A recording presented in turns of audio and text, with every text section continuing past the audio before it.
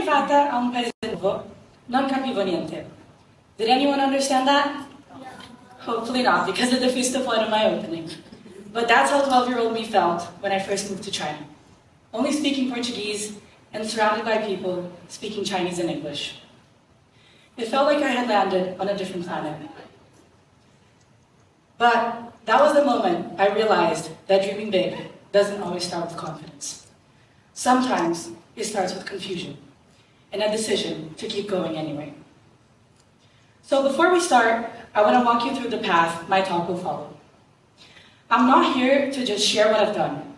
I'm here to share how I've learned to grow, to dream, and to fight for meaning in my life. By following my passions, having an amazing support system, and reaching for the potential I never even knew I had. That feeling of confusion and being out of place, that was the start of something much bigger in my life. Because the biggest dreams don't always arrive fully formed. Matter of fact, they barely do.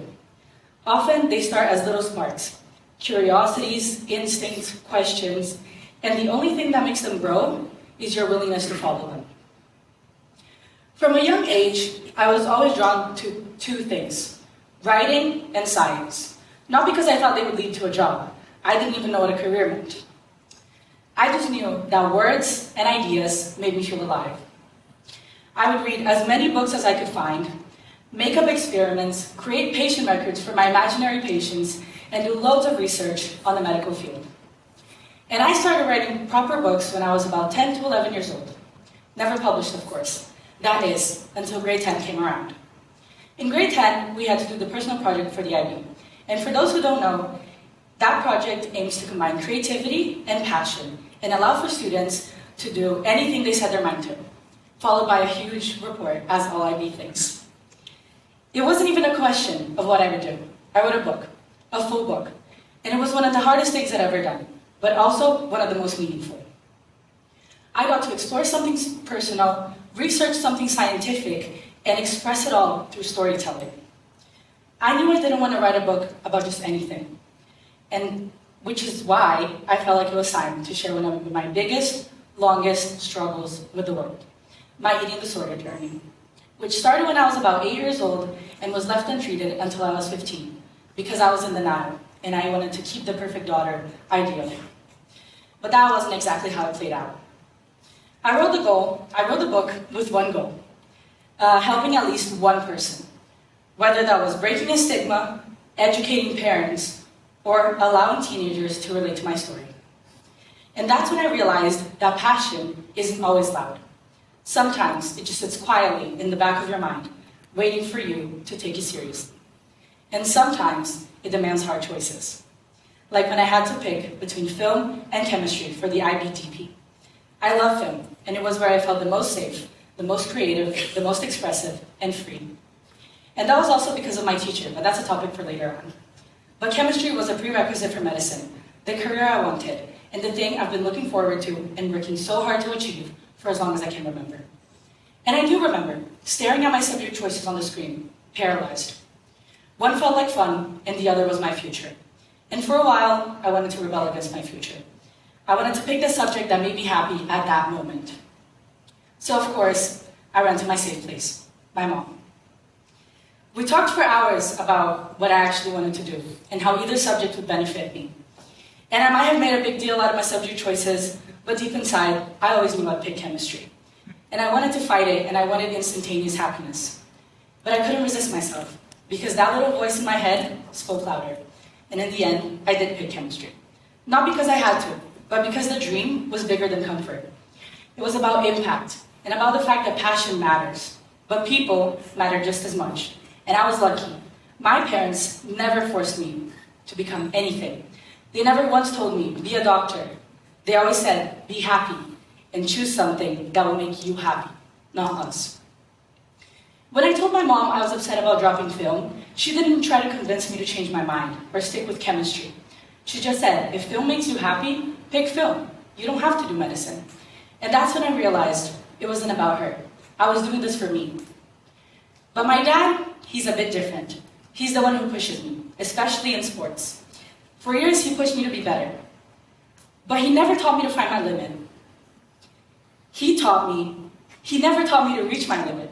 He taught me to find it and then push past it. Because your mind stops before your body does. One time, he took me on a 90K bike ride to Suzhou. And at so many points, I wanted to give up.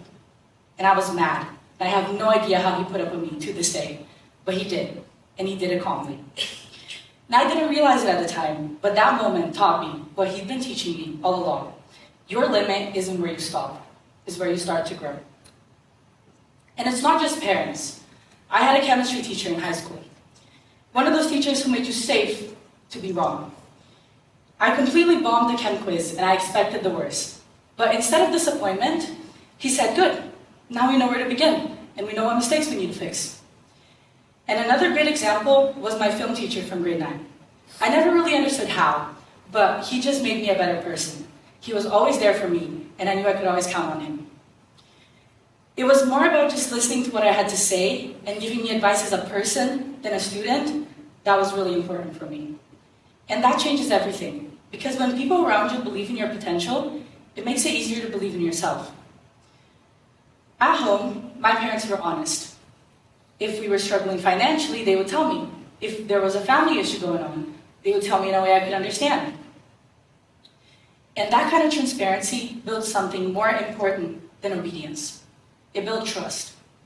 Trust is what makes you brave enough to try, even if you fail. I never really felt the need to lie to my parents, because I figured out it was better for them to find out from me than from someone else. Which also encouraged me to take calculated risks.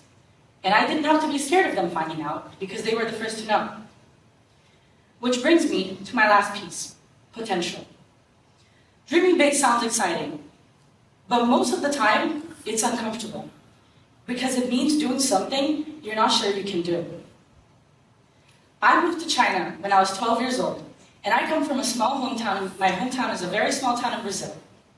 So I only knew Portuguese. I knew no English and definitely no Chinese. And I was terrified. I felt lost.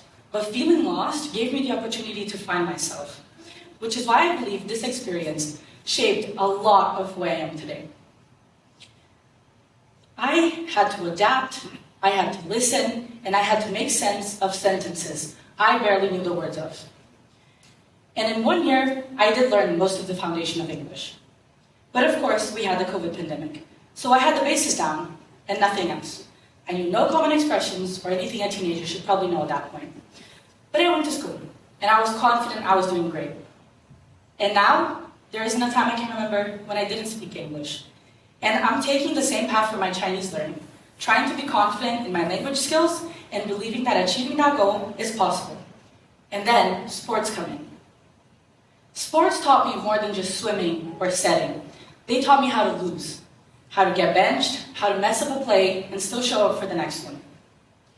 How to lead, how to follow, how to fall, and how to get up.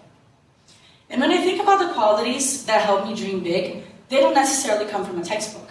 They came from sports, whether it was swimming, volleyball, or even biking. Discipline, resilience, consistency, and teamwork. All the things that help you survive disappointment and make something good out of it, turn it into something useful. And when we talk about helping kids dream big, we often focus on motivation. But I think we should focus on preparation. Let your kids fail.